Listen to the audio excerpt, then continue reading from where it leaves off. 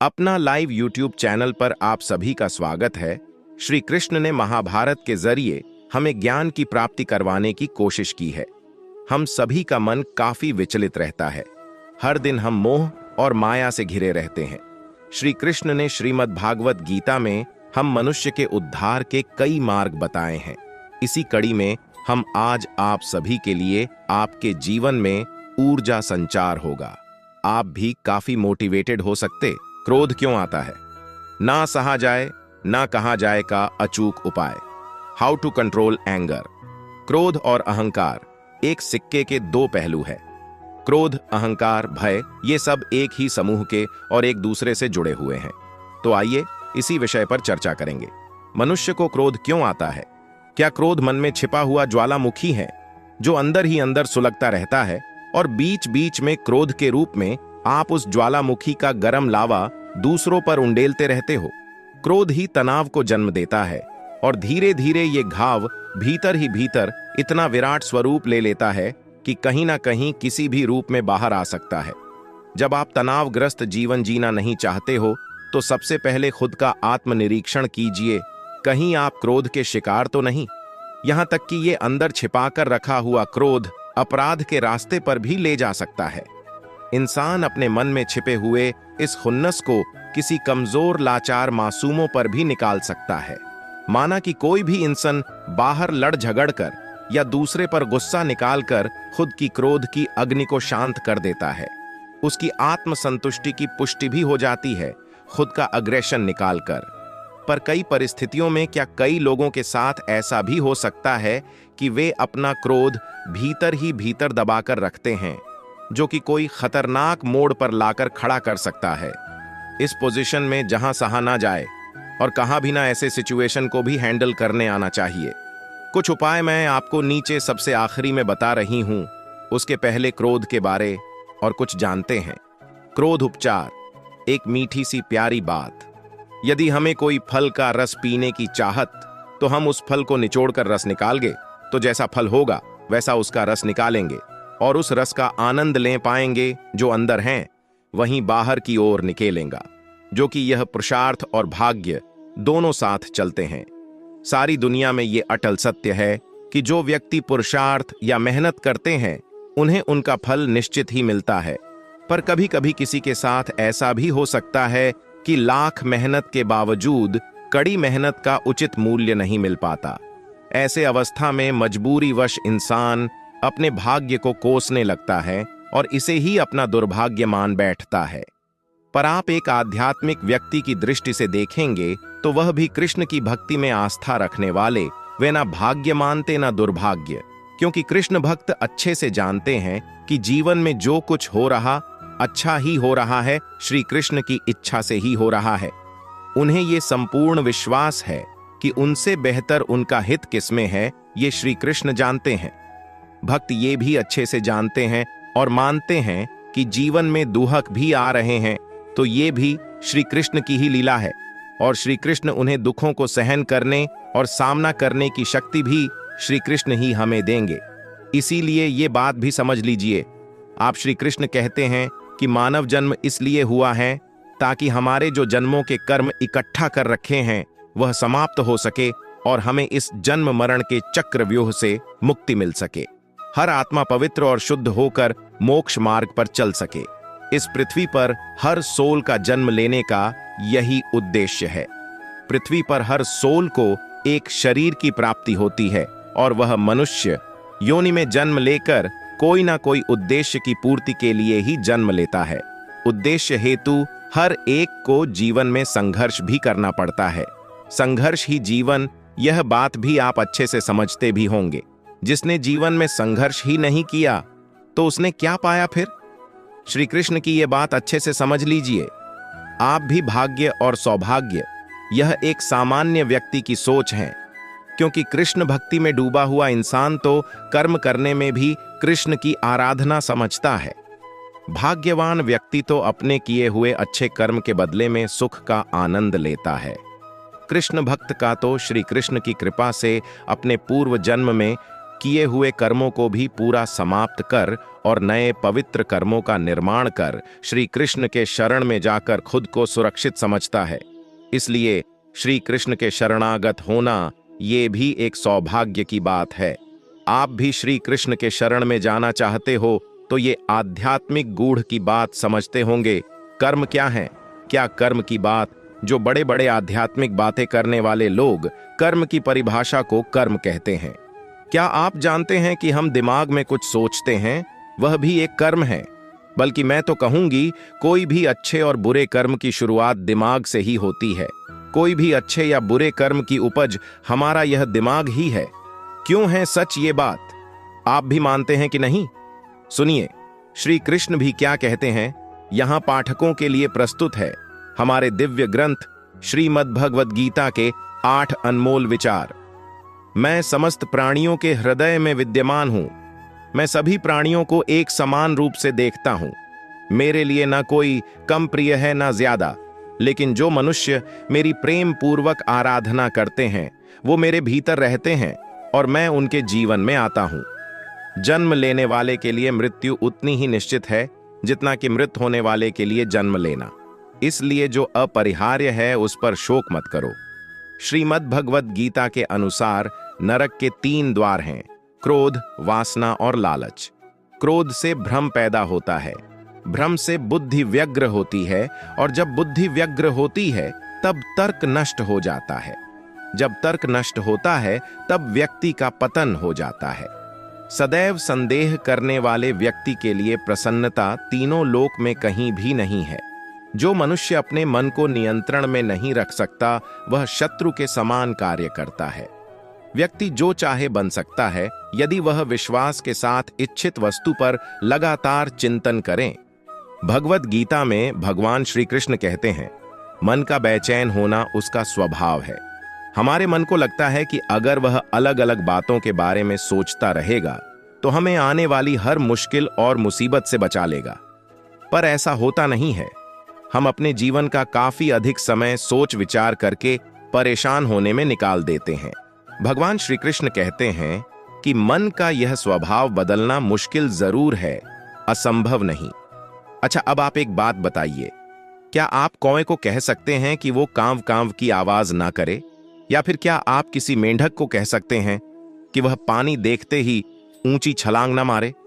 हमारे मन का भी कुछ ऐसा ही है। जीवन में कुछ भी होता है, अच्छा या बुरा, हमारा मन उस पर कांव कांव कांव करने लगता है। कांव कांव से मेरा मतलब है चिंता करना, व्याकुल होना। कोई बुरी बात होती भी नहीं है और मन परेशानी की ऊंची ऊंची लपटें लेने लगता है। कभी कभी तो मुझे ऐसा लगता है कि हम में से कई लोग सिर्फ परेशान होने के लिए जीते हैं। सारी परेशानी, पीड़ा, दुविधा अक्सर हमारी मन की बनाई हुई कहानियां होती हैं। भगवान श्री कृष्ण हमें हमारे मन को शांत और स्थिर करने के लिए 2 उपाय देते हैं। पहला, ध्यान लगाना या मेडिटेट करना। दूसरा, वैराग्य भाव सीखना। अब ध्यान या मेडिटेशन शब्द सुनते ही आप में से कई लोग कहेंगे कि आप आंख बंद कर सांसें अंदर बाहर नहीं ले सकते। यहां हम सब गलती कर बैठते हैं। मेडिटेशन या ध्यान का मतलब सिर्फ आंख बंद कर बैठना नहीं होता। मेडिटेशन का मतलब होता है अपना पूरा ध्यान किसी चीज पर लगाना और उसे हटने नहीं देना। अगर आप रोटी बना रहे हैं तो सिर्फ उस बात पर ध्यान दीजिए। अगर आप पिक्चर देख रहे हैं तो अपना पूरा ध्यान पिक्चर पर लगाएं। यह मत सोचिए कि पिक्चर देखकर आप अपना कितना वक्त बर्बाद कर रहे हैं। जब आप जीवन के हर छोटे बड़े काम को पूरे ध्यान से करते हैं तो आपका जीवन ही एक मेडिटेशन बन जाता है। ऐसे जीवन में शांति, स्थिरता, साहस और सफलता का होना अनिवार्य है। वैराग्य भाव दूसरा उपाय। वैराग्य का अर्थ यह नहीं कि आप सब कुछ छोड़कर जंगल में जाकर बैठ जाएं। वैराग्य का सच्चा अर्थ है कि आप जो काम कर रहे हैं उसका क्या नतीजा या रिजल्ट निकलेगा उसकी चिंता ना करें। जैसे अगर आपने कोई इंटरव्यू दिया, आप यह कर सकते हैं कि पूरे मन से तैयारी करें और अपना बेस्ट देकर आ जाएं। वह नौकरी मिलना या ना मिलना आपके हाथ में नहीं है। इस नतीजे के पीछे अलग अलग चीजें हैं जो आपके बिल्कुल कंट्रोल में नहीं। तो जिस चीज के बारे में आप कुछ कर नहीं सकते उसके बारे में चिंता भी ना करें। यही वैराग्य का सच्चा मतलब होता है और यही है भगवान श्री कृष्ण का दूसरा उपाय मन को चिंता की लपटों से बचाने का। याद रखिए, आप पूरे के पूरे इंसान हैं, समझदारी, संयम और कुशलता से भरे इंसान। आपका मन जब भी कौए की तरह अलग अलग बातों पर आपको परेशान करने लगे, तब अपने मन को भी प्यार से समझाइए और शांत कर लीजिए। बस अपने ऊपर विश्वास रखिए कि आप कभी अपना बुरा नहीं होने देंगे। श्री कृष्ण और अर्जुन के संवाद। जो लोग दुख आने पर दुखी नहीं होते, सुख आने पर जिनके मन में किसी तरह का खुशी नहीं होती है, वे लोग स्थिर बुद्धि वाले होते हैं। महाभारत युद्ध से पहले अर्जुन ने युद्ध करने से कर दिया था मना। तब श्री कृष्ण ने अर्जुन को दिया गीता का ज्ञान। महाभारत में कौरव और पांडवों की सेनाएं युद्ध के लिए आमने सामने खड़ी थीं। दोनों ही सेनाओं में बड़े बड़े योद्धा थे। कौरव पक्ष में भीष्म, द्रोणाचार्य, कृपाचार्य, दुर्योधन, अश्वत्थामा आदि योद्धाओं को देखकर अर्जुन ने श्री कृष्ण से कहा कि मैं इन लोगों से युद्ध नहीं कर सकता हूं। अर्जुन ने कहा कि मैं ये नहीं जानता कि हमारे लिए युद्ध करना और युद्ध न करना, इन दोनों में से कौन सा विकल्प ज्यादा अच्छा है। मुझे ये भी नहीं मालूम कि हम उन्हें जीतेंगे, वे हमें जीतेंगे। मेरे सामने खड़े इन सभी योद्धाओं को मारकर मैं जीना भी नहीं चाहता। ये सभी धृतराष्ट्र के संबंधी ही हमारे सामने खड़े हैं। जब अर्जुन ने युद्ध करने से मना कर दिया, तब श्री कृष्ण कहते हैं कि हे अर्जुन, सिर्फ कर्म करने में तुम्हारा अधिकार है। कर्मों का फल क्या होगा, ये तुम्हारे अधिकार में नहीं है। तुम्हें फल के बारे में सोचकर कोई कर्म नहीं करना चाहिए। तुम्हें अकर्म भी नहीं रहना है। तुम्हें सिर्फ अपना कर्तव्य पूरा करना चाहिए। श्री कृष्ण कहते हैं कि हे धनंजय, कर्म न करने का विचार छोड़ दो। तुम सभी मोह छोड़कर संभव रहो। संभव होकर भी तुम कर्म करो। ये संभव भी योग ही कहलाता है। अर्जुन ने कहा कि हे केशव, परमात्मा की भक्ति में स्थिर बुद्धि वाले व्यक्ति के क्या लक्षण होते हैं? प्रजहाति यदा कामान सर्वान पार्थ मनोगतान। श्री कृष्ण ने कहा कि हे अर्जुन, जो साधक सभी इच्छाओं का त्याग कर देता है और खुद से ही संतुष्ट रहता है, उस व्यक्ति को स्थिर बुद्धि वाला कहा जाता है। जो लोग दुख आने पर दुखी नहीं होते, सुख आने पर जिनके मन में किसी तरह का मोह या खुशी नहीं होती है, वे स्थिर बुद्धि वाले लोग होते हैं।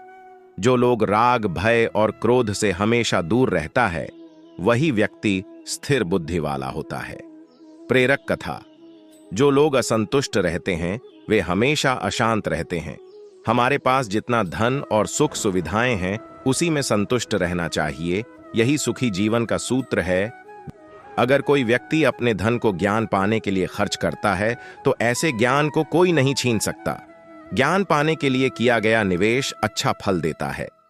दिन की शुरुआत अच्छी बातों से। असफलता से बचने का मंत्र यह है कि कभी किसी दूसरे की रची सफलता की परिभाषा पर मत चलो। अपनी परिभाषा खुद गढ़ो। प्रेरक कथा। कभी भी अनुचित लाभ के चक्कर में फंसना नहीं चाहिए, क्योंकि छोटा सा लालच भी बड़ा नुकसान करवा सकता है। श्रीमद् भगवद गीता ना सिर्फ एक धार्मिक पुस्तक है, बल्कि संपूर्ण जीवन जीने का पाठ भगवद गीता में भगवान द्वारा बताया गया है। इसलिए हर व्यक्ति को भगवद गीता पढ़ना चाहिए। आज हम इस लेख में जानेंगे, जिससे हमें जीवन में आगे बढ़ने की प्रेरणा मिलेगी और हम भगवान द्वारा बताए गए विचार पर चलकर अपने जीवन को सफल बना सकते हैं। जो कोई भी जिस देवता की पूजा करने में विश्वास रखता है, मैं उसका विश्वास उसी देवता में दृढ़ कर देता हूं। ज्ञानी पुरुष ज्ञान और कर्म को एक रूप में देखता है, वहीं सही मायने में देखता है। अपने अनिवार्य काम करो, क्योंकि वास्तव में कार्य करना निष्क्रियता से बेहतर है। तुम और मैं कहीं जन्म ले चुके हैं, तुझे याद नहीं है, मुझे सब जन्म याद है। मनुष्य इस पृथ्वी पर ज्ञान प्राप्त करने के लिए ही आया है। जो ज्ञान प्राप्त नहीं कर रहा है, वह मृत्यु के समान है। आत्मज्ञान की तलवार से काटकर अपने हृदय से अज्ञान के संदेह अलग कर दो। अनुशासित रहो, उठो और कार्य करो। इस जीवन में ना कुछ खोता है, ना व्यर्थ होता है। जन्म लेने वाले के लिए मृत्यु उतनी ही निश्चित है जितना मर्त होने वाले के लिए जन्म लेना। इसलिए जो अपरिहार्य, उस पर शोक मत करो। सभी काम छोड़कर बस भगवान में पूर्ण रूप से समर्पित हो जाओ। मैं तुम्हें सभी पापों से मुक्त कर दूंगा, शोक मत करो। केवल भाग्यशाली योद्धा ही ऐसा युद्ध लड़ने का अवसर पाते हैं जो स्वर्ग के द्वार के समान हैं। जो मूढ़ बुद्धि मनुष्य समस्त इंद्रियों को हठ पूर्वक ऊपर से रोककर मन से उन इंद्रियों के विषयों का चिंतन करता है, वह मिथ्याचारी कहा जाता है। जो पुरुष मन से इंद्रियों मन में वश करके अनासक्त हुआ समस्त इंद्रियों द्वारा कर्मयोग का आचरण करता है, वही श्रेष्ठ है। श्रेष्ठ पुरुष जो जो आचरण करता है, बाकी पुरुष भी वैसा वैसा ही आचरण करता है। हैं अर्जुन, मुझे इन तीनों लोकों में न तो कुछ कर्तव्य है और न कोई प्राप्त करने योग्य वस्तु अप्राप्त है, तो भी मैं कर्म करते रहता हूं। जिस प्रकार एक ही सूर्य इस समस्त ब्रह्मांड को प्रकाशित करता है, उसी प्रकार एक ही आत्मा संपूर्ण क्षेत्र को प्रकाशित करती है। मुझ में मन को लगा और मुझ में ही बुद्धि को लगा, इसके उपरांत तू मुझ में ही निवास करेगा, इसमें कोई संचय नहीं है। जैसे मनुष्य पुराने वस्त्रों को त्याग कर दूसरे नए वस्त्रों को धारण करता है, वैसे ही जीवात्मा पुराने शरीर को त्याग कर दूसरे नए शरीर को प्राप्त करती है। इस आत्मा को शस्त्र नहीं काट सकते, अग्नि नहीं जला सकती है, पानी नहीं गला सकता है, वायु नहीं सूखा सकती है। संपूर्ण प्राणी जन्म से पहले अप्रकट थे और मरने के बाद भी अप्रकट हो जाने वाले हैं, केवल बीच में ही प्रकट है। फिर ऐसी स्थिति में क्या शोक करना? तेरा कर्म करने में ही अधिकार है, उसके फलों में कभी नहीं। इसलिए तू कर्मों के फल मत हो तथा तेरी कर्म न करने में भी आसक्ति न हो। सदैव संदेह करने वाले व्यक्ति के लिए तीनों लोक में कहीं भी प्रसन्नता नहीं है। मनुष्य का संपूर्ण जीवन उसके कर्मों से निर्मित होता है। जैसा कर्म करता है वैसा वह बन जाता है। जीवन न तो भविष्य में है न अतीत में, जीवन तो बस इस पल में है। जो कर्म को फल के लिए करता है, वास्तव में ना उसे फल मिलता है, ना ही वो कर्म है। कल की अभिलाषा छोड़कर कर्म करने वाला मनुष्य ही अपने जीवन को सफल बनाता है। जो हुआ वह अच्छे के लिए हुआ है, जो रहा है वह भी अच्छे के लिए हो रहा है, और जो होगा वह भी अच्छे के लिए ही होगा। लोग आपके अपमान के बारे में हमेशा बात करेंगे। सम्मानित व्यक्ति के लिए अपमान मृत्यु से भी बदतर है। जानने की शक्ति, झूठ को सच से पृथक करने वाली जो विवेक बुद्धि है, उसी का नाम ज्ञान है। जो मन को नियंत्रित नहीं करता है, वह उसके लिए शत्रु के समान काम करता है। हैं अर्जुन, मनुष्य इस पृथ्वी का सबसे बुद्धिमान प्राणी है, जो अपने विवेक से सभी रचना कर लेता है। ईश्वर का नाम लेने से ही प्राणी मात्र का जीवन सफल हो जाता है। जिस तरह प्रकाश की ज्योति अंधेरे में चमकती है, ठीक उसी प्रकार सत्य भी चमकता है। इसलिए हमेशा सत्य की राह पर चलना चाहिए। जिस प्रकार व्यक्ति की परछाई कभी साथ नहीं छोड़ती है, उसी प्रकार मनुष्य को कभी सत्य नहीं छोड़ना चाहिए। कर्म के बिना फल की अभिलाषा करना व्यक्ति की सबसे बड़ी मूर्खता है। श्री कृष्ण के विचार से हमें बहुत कुछ सीखने को मिला है, और अगर हम इन गीता का पालन करें तो जीवन सफल होने से कोई नहीं रोक सकता है। भगवत गीता एक ऐसी संसार में बुक है जिसको आज से 5000 साल पहले श्री कृष्ण द्वारा कही गई थी, लेकिन आज भी वर्ल्ड में बेस्ट सेलर बुक है। मैं आप सभी को पर्सनली कहना चाहूंगा कि आप भगवत गीता को जरूर पढ़ें, एक बार नहीं हर रोज पढ़ें। सदैव संदेह करने वाले व्यक्ति के लिए प्रसन्नता ना इस लोक में है, ना ही कहीं और। क्रोध से भ्रम पैदा होता है, भ्रम से बुद्धि व्यग्र होती है। जब बुद्धि व्यग्र होती है तब तर्क नष्ट हो जाता है। जब तर्क नष्ट होता है तब व्यक्ति का पतन हो जाता है।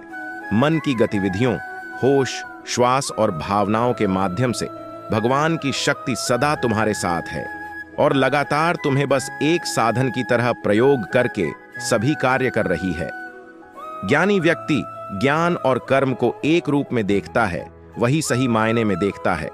जो मन को नियंत्रित नहीं करते, उनके लिए वह शत्रु के समान कार्य करता है। अपने अनिवार्य कार्य करो, क्योंकि वास्तव में कार्य करना निष्क्रियता से बेहतर है। आत्मज्ञान की तलवार से काटकर अपने हृदय से अज्ञान के संदेह को अलग कर दो। दोस्तों, उम्मीद करता हूं कि आप लोगों से वीडियो अच्छा लगा हो तो वीडियो को लाइक कर देना, कमेंट करके बताना। अगर कोई डाउट हो तो और हमारे ऐसे ही मोटिवेशनल वीडियोस देखने के लिए धन्यवाद। अपना लाइव चैनल को सब्सक्राइब जरूर कर देना।